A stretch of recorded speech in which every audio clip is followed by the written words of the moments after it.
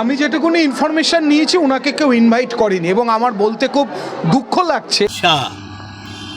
কৃষ্ণ নামের আবার নিমন্ত্রণ লাগে নাকি ওদের কাছে? সে মানুষ কতটা অভদ্র হলে এই ধরনের কথাবার্তা বলে। এরা সভ্য সমাজের অঙ্গই নয় আমি মনে করি।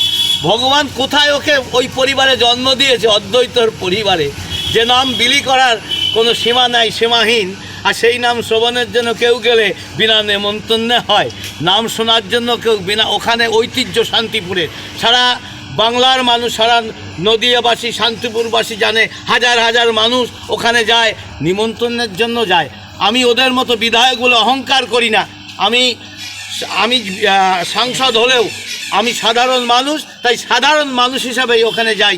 কিন্তু কেউ যদি ওখানে মঞ্চে তুলে ধরে সেটা স্বাভাবিক, কেউ যদি ডেকে বসে সেখানে যেতে হয়, আর তার জন্য ওদের গায়ে জ্বালা বেঁধেছে।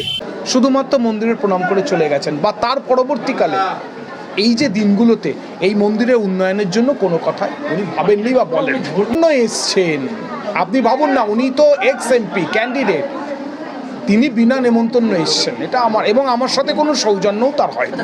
বলছে আপনি এমপি একটি কথা বলেছি কি, এমপি থাকাকালীন কোনোদিন যাননি, কিন্তু বর্তমানে প্রার্থী হয়ে সেখানে গেছেন এবং সেখানে একরকম ভোট প্রচারই করেছেন।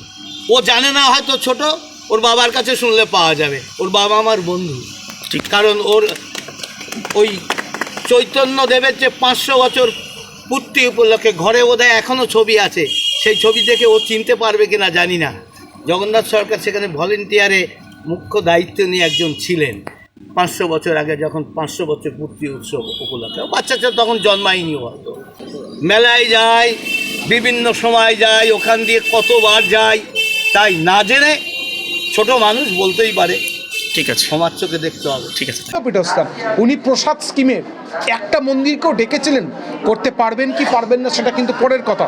আমরা চেষ্টাটা করি সবাই, আমরা জনপ্রতিনিধিরা সব কাজ করতে পারি না, কিন্তু চেষ্টাটা আমাদের থাকবে। আমাকেই তো ডাকেননি, আমিও তো একটা মন্দিরের কর্ণধার, শান্তিপুরে দুটো মন্দিরের কর্ণধার, আমি কোনোদিন তো ডাকেননি। আচ্ছা, আপনিও তো চাইলে আজকে তৃণমূলের ক্যান্ডিডেটকে এনে প্রচার করতে পারবেন, মানে ধর্মীয় জায়গায় কি প্রচার চাইছেন না আপনারা? এই জায়গাটা তো প্রচারের মঞ্চ নয়। আমি আবারও আপনাকে বলছি, উনি এমপি হিসাবে কোনোদিন ওই মঞ্চে উঠলেন না। উনি এলেন কবে? ক্যান্ডিডেট হিসাবে। জানি না অদ্বৈত প্রভু ওনার জন্য কি বরাদ্দ করে রেখেছে এই শান্তিপুর থেকে। অর্থাৎ আবারও বলছি, ওনার দলের যিনি প্রধান, তিনি রাম মন্দির প্রতিষ্ঠা করে তাকে নির্বাচনের মঞ্চে নামিয়েছেন, উনিও আজকে তাই করলেন।